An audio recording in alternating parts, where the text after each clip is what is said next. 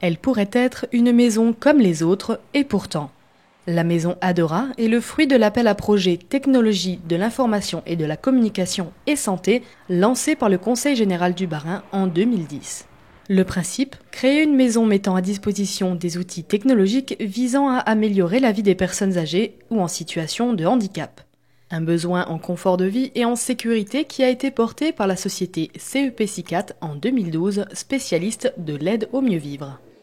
Détecteurs de mouvement, écran de contrôle, adaptation du mobilier et de nombreuses autres installations composent cette maison intelligente qui offre la sécurité à ses habitants. Sur l'aspect maintien à domicile des personnes âgées et personnes handicapées, on est notamment sur un aspect de prévention, de scénario de prévention de chute, qui sont ces mêmes scénarios qui pourront donc être activés.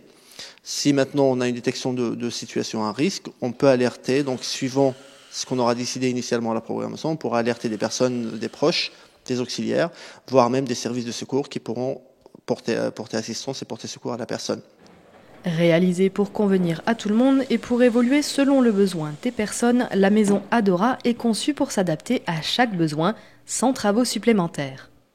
Un projet de 600 000 € financé en partie par le Conseil général, auquel se sont associés plusieurs partenaires. L'entreprise Eker pour l'électricité, la société Aguerre pour les installations domotiques ou encore Nouvelle Maison d'Alsace, constructeur de la maison. L'adaptation aux innovations peut en inquiéter certains, mais la facilité d'utilisation est l'un des points forts du projet. C'est le propre même de la domotique, c'est que la domotique s'adapte aux besoins de la personne et non pas l'inverse.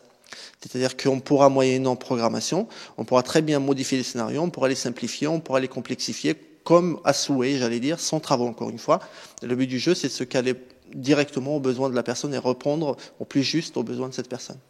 Au-delà du confort et de la sécurité, l'habitation est également à énergie positive, c'est-à-dire qu'elle produit plus d'énergie qu'elle n'en consomme, notamment grâce à des panneaux photovoltaïques placés sur le toit. En Alsace, on recense déjà plus de 74 000 personnes âgées de plus de 75 ans, un chiffre qui devrait doubler d'ici 2030.